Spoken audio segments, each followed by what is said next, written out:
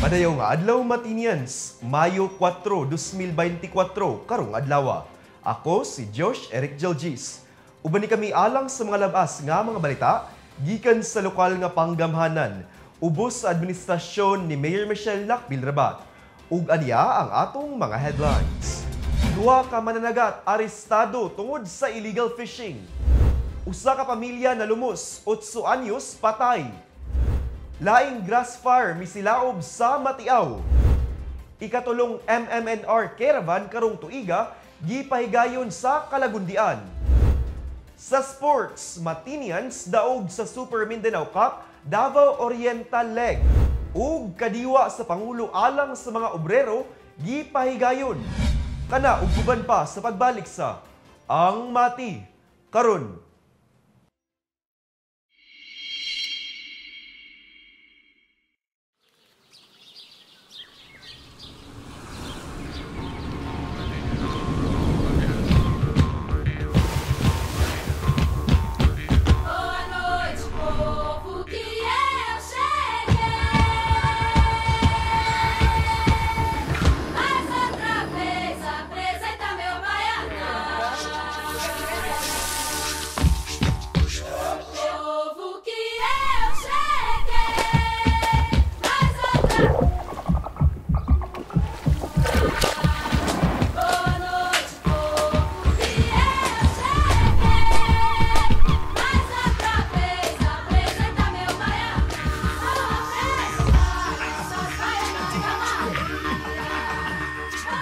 Mati is where to be. Make it Mati. Maganahay nga di.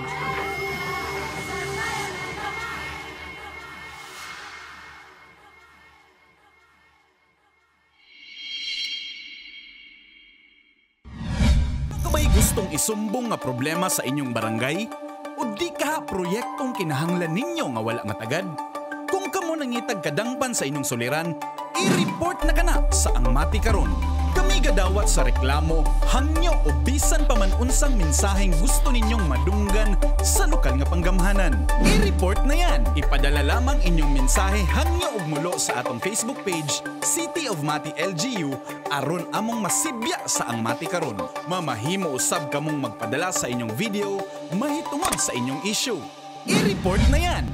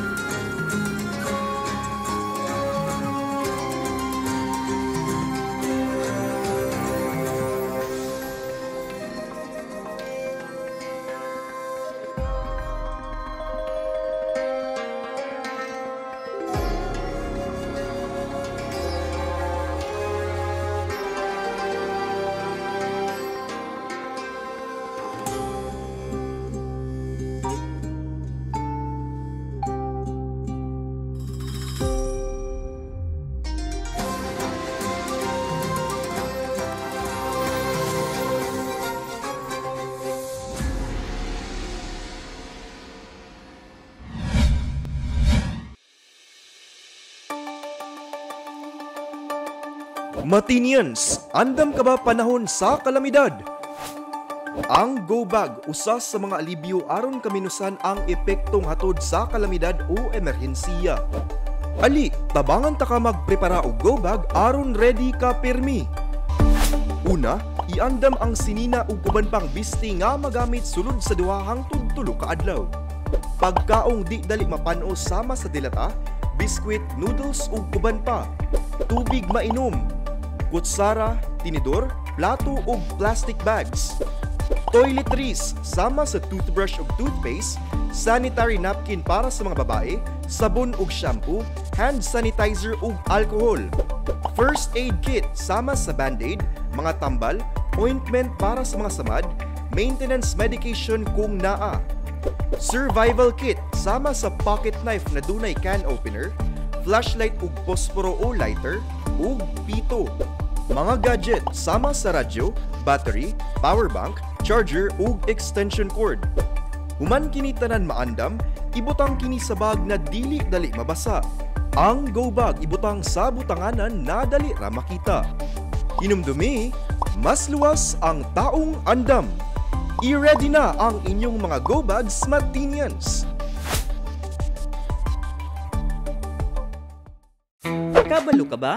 Nga otomatikong kansilado ang klase sa mga eskwelahan kung adunay bagyo, kusog nga pagulan, baha, ug kusog nga linog. Subay sa DepEd Order No. 37 Series of 2022. Otomatikong makansela ang klase gikan preschool hangtod grade 12 kung adunay na issue na tropical cyclone wind signals. 1, 2, 3, 4 o 5 gikan sa Pag-asa o ang Philippine Atmospheric, Geophysical and Astronomical Services Administration.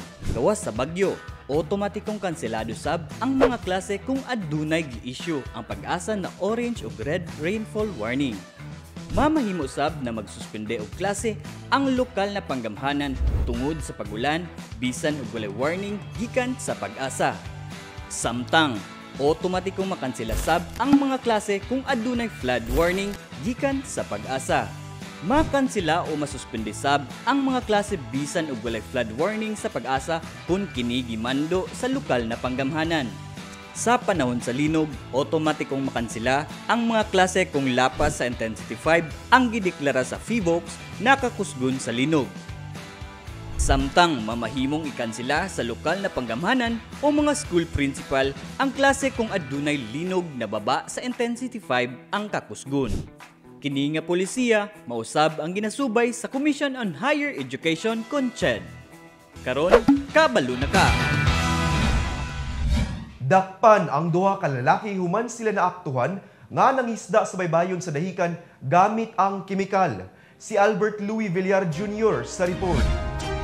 Duha ka mga individual ang giaresto sa PNP Maritime Command tungod sa ilegal nga pagpangisda sa hunasan sa Barangay Dahican kaniadtong udto sa Abril 27, 2024. Ang mga suspetsado giilang sila Roberto Matuman, 38 anyos, ug Daryl Mangaliwan nga parehas residente sa Purok Bakugihon, Barangay Dahican, ning Dakbayan.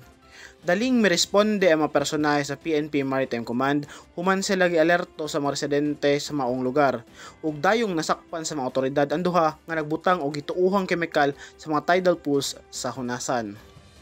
Makita sa video nga gikuha sa kapulisan ang pagtago sa mga suspetsado sa mga container nga adunay sulod nga gituuhang chlorine kauban ang klase-klaseng isda.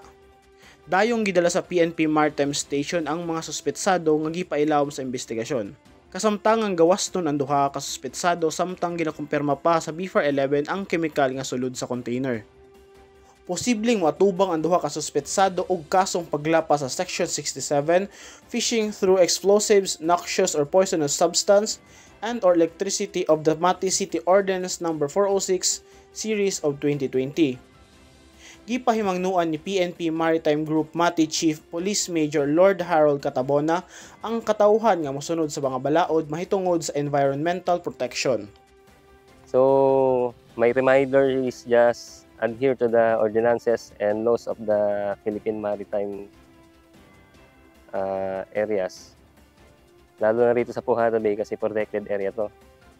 Sa mga beach goers, enjoy and ingat palagi. Makadaot sa marine ecosystem ang paggamit og mga kemikal sa pagpangisda. Labihan na sa mga bahura kung diin kini kasagarang ginagamit kay tungod mapatay sa mga kemikal ang mga coral polyp ug algae na importante sa pagtubo o pag-regenerate sa mga bahura. Makadaot usab sa lawas sa tao ang pagkaon og mga isda nga gigamitan og kemikal. Ang cyanide usa ka fast-acting ug makamatay nga kemikal nga mopugong sa lawas sa paggamit og oxygen. Sintomas sa chemical poisoning mao ang pagkalipong, pagsuka, sakit nga tutunlan, pagsakit sa tiyan, paglaway-laway, pagkawala sa panimuot. Ang mga madakpan nga mogamit og poisonous chemical sa pagpangisda sama sa cyanide o chlorine pwedeng makasuhan subay sa Republic Act No. 8550, the Philippine Fisheries Code of 1998. Kung diin pwede silang makulong gikan sa 5 ngadto sa 10 ka tuig, ug sa Mati City Ordinance No. 406 Series of 2020. Kini si Albert Louis Villar Jr. para sa Ang Mati Karon. Usa ka pamilya ang miatubang sa trahedya human kini malumos sa usa ka pribadong resort didto sa Barangay Dahican. Ania ang report. Usa ka pamilya ang nalumos sa usa ka pribadong resort sa Barangay Dahican ning Dakbayan sa Mati kaniadtong Abril 28, 2024. Sumala sa commander sa Coast Guard Station Davao Oriental, Lieutenant Vincent Brian Marcos, patay ang 8 anyos nga lalaki samtang luwas ang 14 anyos nga igsuon niini ug ang 40 anyos nga iyaan. Giingong gisulayan pa og luwas sa iyaan ang minor de edad apan nadamay sab kini og kalumos. Daling miabot ang mga ahensyang nanguna sa search and rescue operation nga gilangkuban sa Coast Guard, City Disaster Risk Reduction and Management Office, kon CDRRMO ug local surfers. Unang na-recover ang 14 anyos ug 40 anyos nga mga biktima nga diretsong gidala didto sa Davao Oriental Provincial Medical Center apan gideklarang dead on arrival ang 8 anyos nga biktima. Tungod niini nga insidente, padayon nga pahimangno sa Philippine Coast Guard ngadto sa publiko nga likayan ang pagligo sa mga resorts nga walay lifeguard. Kini nga panginahanglan nakaangkla sa Memorandum Circular No. 314 sa Philippine Coast Guard kon ang mga giya alang sa kaluwasan ug seguridad sa mga resort ingon man coastal facilities. Samtang nagpalabas og pahinumdum ang Coast Guard District Southeastern Mindanao ug mga angay buhaton ug likayan kung maligo og dagat ilabi na karong mga panahon.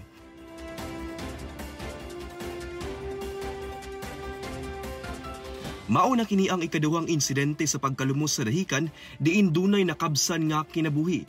Kaniadtong Abril 6, 3 ka estudyante usab ang nalumos diin usa ang namatay. Usa ka dakong grass fire ang nahitabo sa Barangay Matiaw tungod sa grabing kainit sa panahon. Samtang nagpahigayon og training og fire drill ang Bureau of Fire Protection aron mas andam ang katawhan sa Mati batok sa sunog. Si Nash Tiguelo sa dugang detalye.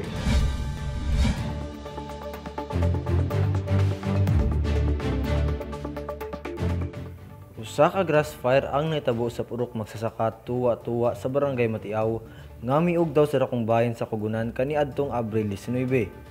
Hinoon, dali kining napalong sa mga responding personay sa Bureau of Fire Protection kauban ang mga volunteers gikan sa PRDU o Boy Scouts of the Philippines. Samtang luyo sa mga grass fire incidents nga nahitabo ug grabing kainit sa temperatura nga nasinati sa syudad, nagpahigayon og 3 ka adlaw nga Public Safety and Peace and Order Training ang BFP sa Barangay Dahican kaniadtong Abril 27. Ang tumong sa mong pagbansay na makahatag og dugang kahibalo sa pagpangandam sa bisan unsang emerhensya nga matubang sa syudad ug alang sa kaayuhan sa katawhan. Ang pagbansay gipartisiparan sa 16 ka mga barangay peacekeeping action team kon BPAT members sa Barangay Dahican. Kini nga inisyatiba nagpasiugda sa aktibong pamaagi nga gihimo sa daghang mga stakeholder sa pagpalambo sa usa ka luwas nga palibot alang sa katawhan. Samtang laing fire drill ang gipahigayon sa BFP didto sa ER Superstore kaniadtong Abril 22. Tumong sa mga aktibidad nga maedukar ang publiko sa fire safety protocols ug pagpangandam sa bisan unsang emerhensya. Ang mga partisipante nakakatun sa importanteng mga teknik alang sa paglikay ug pagtubag sa sunog, pagsiguro nga ang komunidad magpabiling lig-on sa mga emerhensya. Gawas pa niini, nagpahimangno usab ang BFP sa katawhan nga likayan ang pagdaob sa kasabutan ug mag-amping kanunay ilabi na karong panahon sa tig-init. Kini si Nash Tiguelo para sa Ang Mati Karon. Sa among pagbalik, MM&R Caravan sa Kalagundian gipahigayon. Basketballistang Matinians daog sa Super Mindanao Cup Davao Oriental Leg. Ug kadiwa sa Pangulo nagmalampusod. Kana sa pagbalik sa Ang Mati Karon.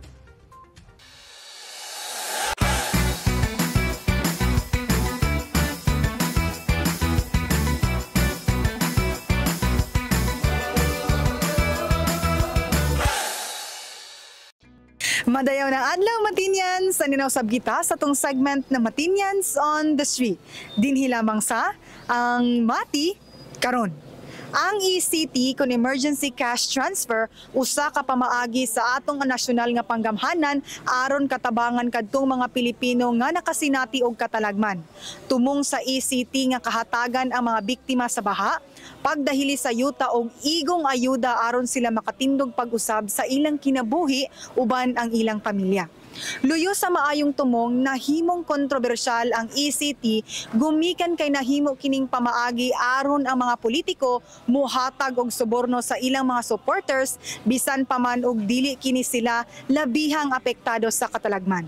Busa, alang sa atong pangutana karong semana, nagtuo ka ba nga ang tanang nakadawat sa ECT mao gayud tong mga taong apektado sa baha ug landslides hatud sa kusog na ulan? Tara ubani kami og atong sutaon ang tubag sa mga Matinians.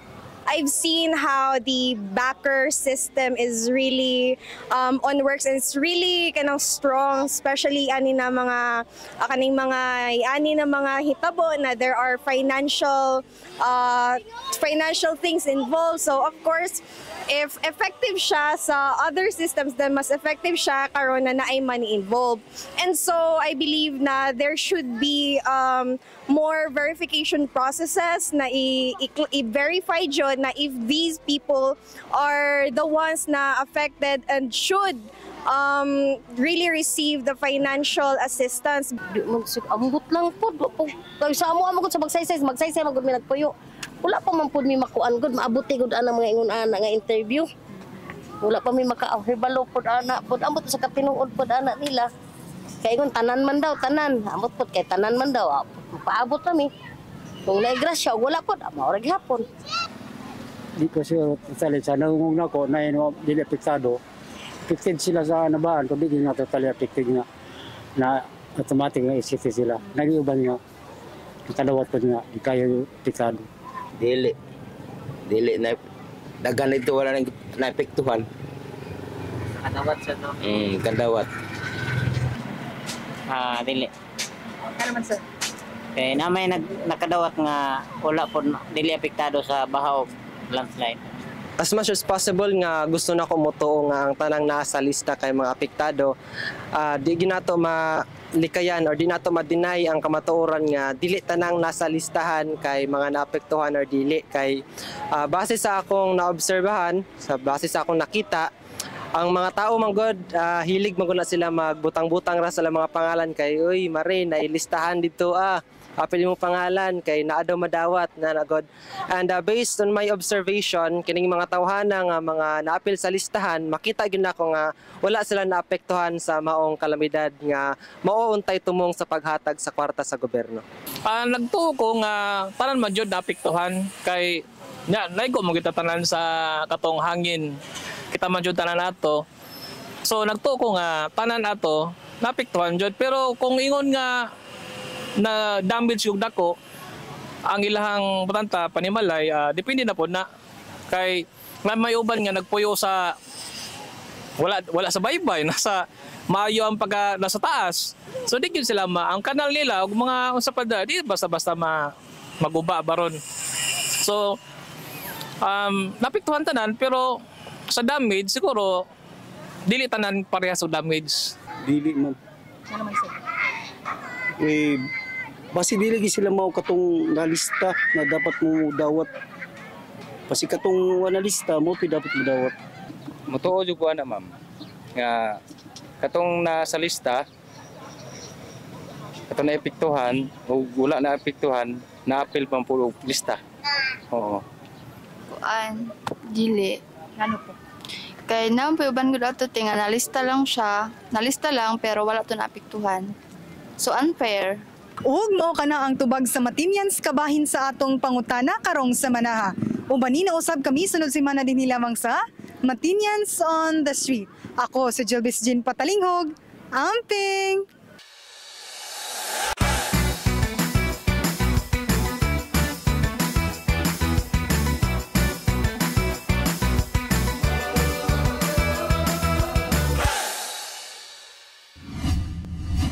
Gipahigayon ang ikatulong MMNR Caravan alang sa tuig 2024 sa Purok Kalagundian, Barangay Sentral.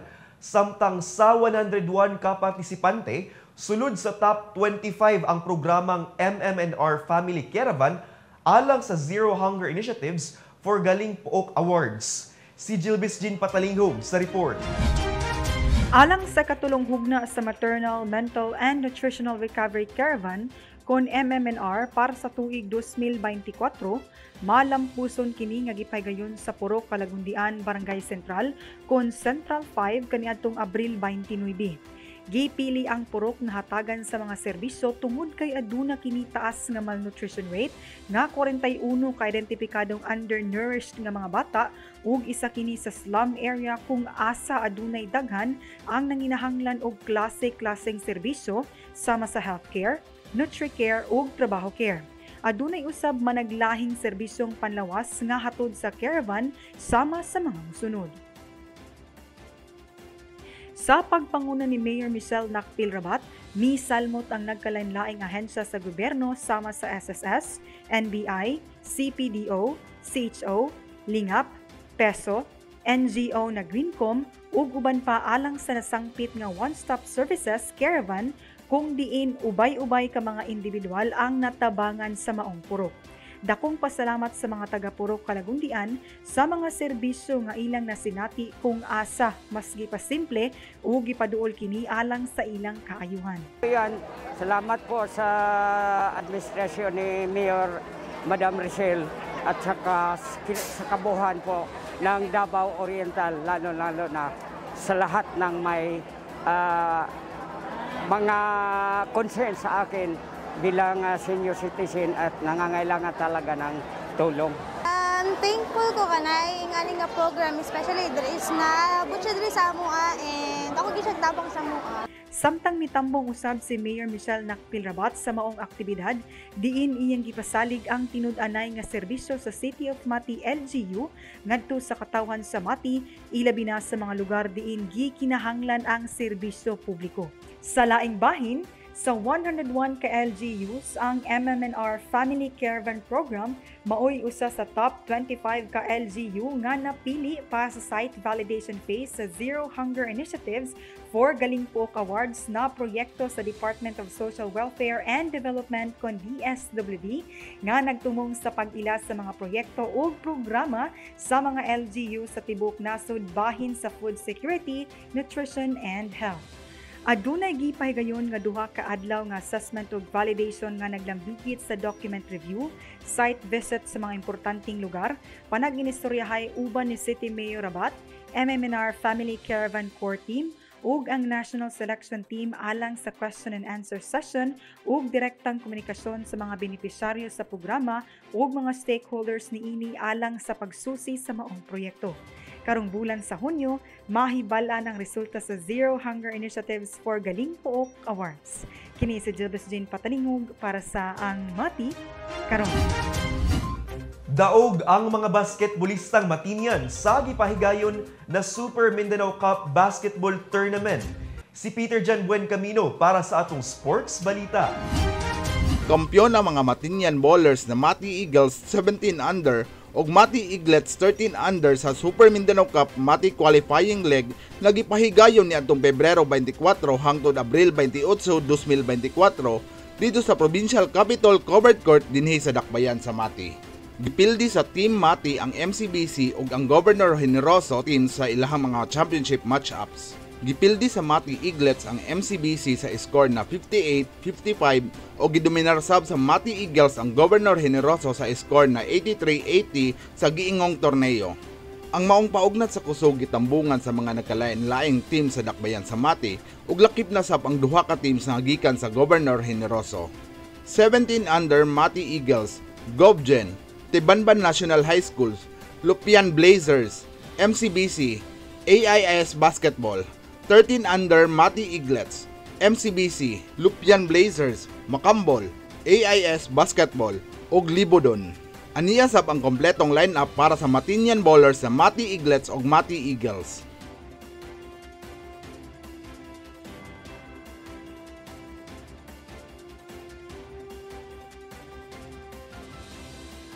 Sumala pa sa head coach sa Mati Eagles na si Rubin Jr. na usa ka dakong tabang og experience ang pag-apil sa maong liga para ma-improve ang teamwork ug ang individual skills sa mga batanong basketballista sa Mati. Dungag niya likod sa kadaugan, dili angay magpakampante og dapat padayon ang mga adjustments, conditioning ug all-out jud sa matag training. Kipasalamatan sab sa mga coaches si Mayor Michelle Nakpil Rabat sa suporta na gihatag ni ini ug ang City Sports Office na gipanguluhan ni Executive Sports Director Jose Paulo Luis Rabat na andam sa pirmi na mosuporta sa ilaha matag torneo na ilang salmutan. Ang Mati Eaglets ug ang Mati Eagles ang team na morepresentar sa Dakbayan alang sa umaabot na Super Mindanao Cup Regional Finals. Kini si Peter Jan Buencamino para sa Ang Mati Karon. Malampusong gipahigayon ang kadiwa sa Pangulo para sa mga manggagawa ug informal sector workers kaniadtong Mayo 2 dinhi sa Dakbayan sa Mati. Ang maong okasyon kabahin sa selebrasyon sa Labor Day. Si Jasmine Tia sa report. Nagmalampuson nagisugdan na usab ang kadiwa ng Pangulo kaniadtong Mayo 2, 2024 sa Mayor Francisco G. Rabat Park and Baywalk ning Dakbayan sa Mati. Ang maong programa alang sa mga manggagawa ug informal sector workers isip suporta ug selebrasyon na sab sa Labor Day kaniadtong Mayo 1. Gisugdan ng programa pinaagi sa ribbon cutting nagitambungan nila Mati City Mayor Michelle Nakpil Rabat, Vice Mayor Lorenzo Rabat, City Councilor J.R. Pang, City Agriculturist Romel Avance, SK Federated President Tomas Sebelino ug DOLE Provincial Head Rodolfo Castro Jr. Mitambong usab sila Governor Nino Sotero L.Uy Jr., DOLE Regional Director Attorney Randolph C. Pensoy, isip representante ni DOLE Secretary Benvenido E. Laguasma. Ang maong marketing initiative nagtanyag og mga barato ug dekalidad na produktong pang-agrikultura, fisheries ug manufactured goods na ginama o kinuha sa mga lokal na sources sama sa mga musunod.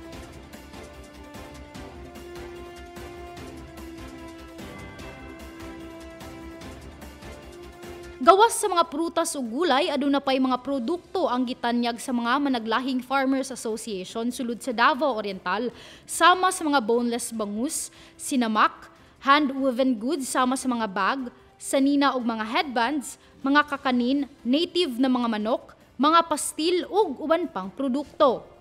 Ang mga vendors gilangkuban sa mga barangay-based Farmers Association nagi-assist sa Provincial Agriculture Office ug Mati City Agriculture Office.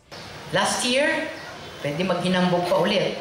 Last year, ang atong kinita gross sales ng kadiwa sa Mati is 9.8 million pesos. So nakita natin na pinutol namin ang kartel para mapababa natin po ang presyo. Itabangan kami ng DOLE, mga beshis. Kamo ang nagtabang sa kuha sa maayong programa. Ang atong mga suppliers karon ang nalipay kay diretso sila gikan sa ilang farm diretso sa kadiwa. Na-stabilize na po namin ang presyo ng manok. Na-stabilize ang presyo ng baboy. Karon ang latest po kay nag-operate na ang atong fish port, nibaba na po ang presyo ng isda. Samtang mikabat sa 277,200 pesos ang gigahin sa DOLE Davao Oriental alang sa tupad salaries sa mga vendors sa kadiwa ng Pangulo, inubanan pa kini sa umaabot na programa ug inisyatiba alang sa mga mag-uuma ug mangingisda ning probinsya sa Davao Oriental. Dako ang pasalamat sa mga vendors ug mga farmers sa kadiwa ng Pangulo tungod dili lamang kini nagasuporta sa lokal na mga produkto sa probinsya sa Davao Oriental ug Dakbayan sa Mati apan dakong tabang sab kini sa mga konsumante sa pagpalit sa mga pagkaon sa mas barato na presyo. Dako sab kini natabang sa livelihood ug pag-ila sa mga produkto sulod sa tibuok probinsya sa Davao Oriental. Kini si Jasmine Tia para sa Ang Mati karon. Anya ang atong Ordende Cotibo, apil na ang mga aktibidades sa atong halangdong Mayor Michelle Nakpil Rabat karong simanaha.